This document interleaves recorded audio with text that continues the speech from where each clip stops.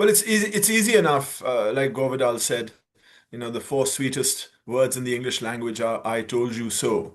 But it's actually not my position about RUDA that I want to speak about. I want to quote a bit of the Lahore High Court judgment that was passed in late 2021, early 2022, where the court observed that RUDA had not consulted with the Federal Flood Commission or indeed any of the flood entities in Pakistan when preparing its master plan. And so, you live to rue the day. And I also am very concerned about people who've put their life investments into this project, into housing schemes that have been approved by RUDA and who've lost immense amounts of money. So those are my three initial responses to this. I mean, I haven't exactly been proven right, but it's also a terrible sort of happening as well.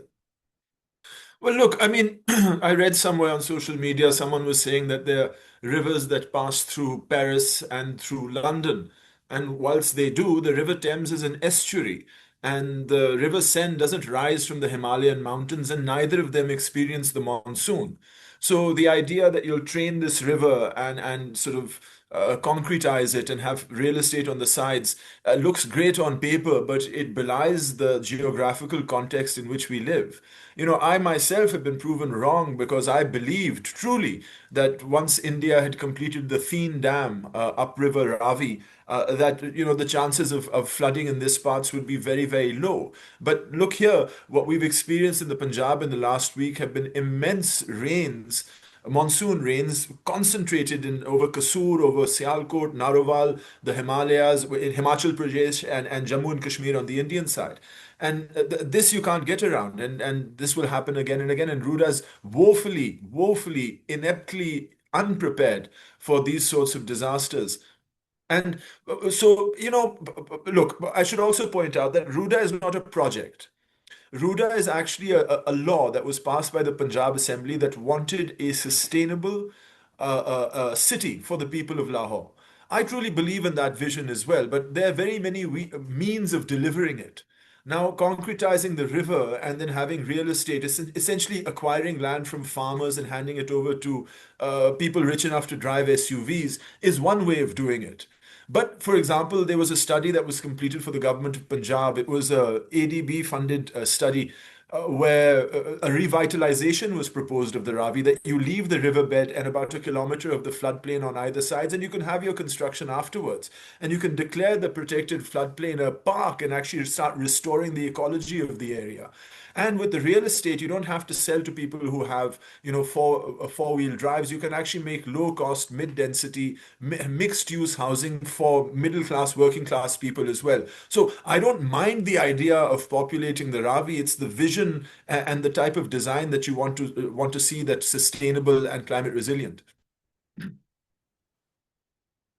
Well, one way of going about it is to repeal the RUDA Act itself and to hand over the management of those areas back to the elected representatives, local governments of the areas. That would be one direction to take this. The other is if you want to continue with RUDA, you stop the present construction, you completely stop it altogether, and you go back down to the drawing board and you say, all right, we need to plan for a climate change world where the temperatures are going to rise, where we're going to have these unexpected rains. And if we're going to do this, we might as well do it in a resilient way where we can also, spread the benefit around people. So this is the opportunity to either go back or to seriously rethink how we want to go in the future, because Ruda's unsustainable land grabbing type of business plan is not fit for purpose and is just going to wind up hurting people's investments in the future. Well, climate change, it's often said, is something that you watch on television happening to other people until it happens to you. And I'm afraid we've all sat on our hands complacent in the fact that ho gaya hai, chalo, chalta hai, chalta hai, chalta hai. That's not going to be the case moving forward. We need to be on a war footing. And I'll remind everyone that a few months ago we were, as a matter of fact, on a war footing. And amazingly, our Air Force was able to go up against fourth generation fighters and get the better of them. Well, that's exactly the type of war footing we need when it comes to not just climate resilience, but a sustainable development pattern going forward. We need to focus on these sorts of things and stop subsidizing, well, not subsidizing, but allowing these disproportionately politically powerful real estate developers to run rampant and also consume the limited resources that we have in our cities for the benefit of their consumers rather than the public at large. Well, these are unprecedented rains, and I don't want to go say too soon that it's a climate event. You need to have an attribution study that says, yet these rains were actually because temperatures have risen. Yet it was a severe weather event. Um, it was severe enough to overwhelm some of our irrigation infrastructure. And in order to prevent that, we breached some dikes. Now, there's no way of knowing how much rain is going to fall. And I think right now it would be impractical to double the size of our barrages. But in terms of safety and security, I think adequate precautions were taken, I think, to prevent the Hyderabad barrage from being overwhelmed. And similarly, downstream Chenab, similar actions are being taken. Those are best left to the people on the ground who see. I mean, you have the district administration assisted by the Pakistan Army. They're the best decision makers on this because they understand the trade-off they're about to make. It's a horrible decision to take, but it was taken. In other words, in other areas, if you look at disaster response, the ability of 1122, the Provincial Disaster Management Authority, to literally evacuate tens, if not hundreds of thousands of people and their animals, given the short period of time that they had, is a display, I would say, of some good governance. But I'm not going to excuse any negligence anywhere. Always things can be done better because there has been precious loss of life. I also want to contrast the Punjab floods that happened last week with the floodings that have taken place in Gilgit-Baltistan and Khyber Pakhtunkhwa since late June.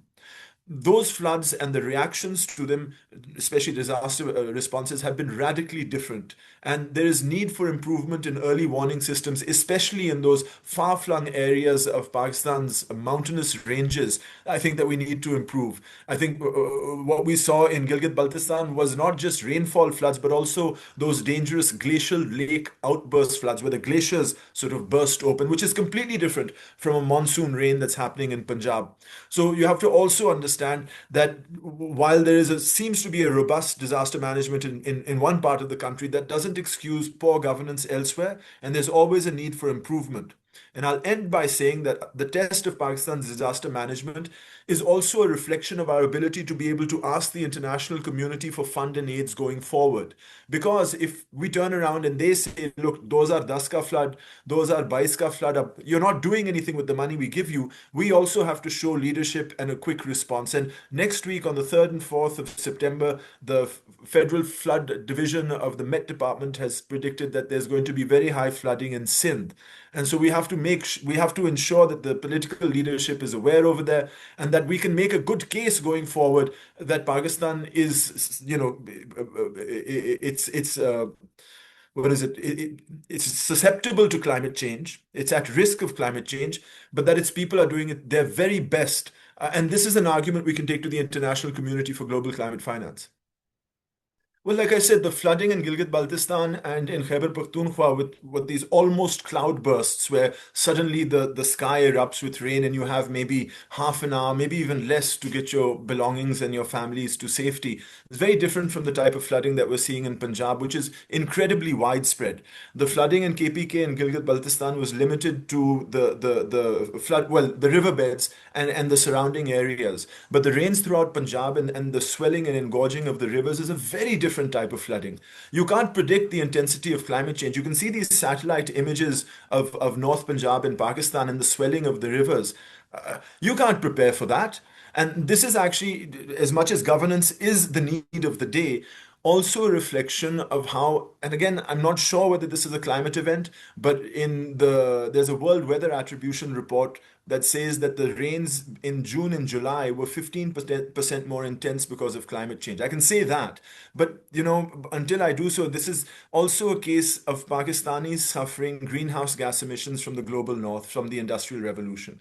And it is incumbent upon them, because they made their money and we're now suffering the consequences. It's incumbent on them to make financing available for countries like Pakistan. We're not the only country that's flooding, but countries like Pakistan and people like Pakistanis who needed to put their economies back together and bring some sort of semblance of dignity back to their citizens. So we can't forget governance is very important, but there is extreme climate injustice between the global north and the global south that also has to be addressed.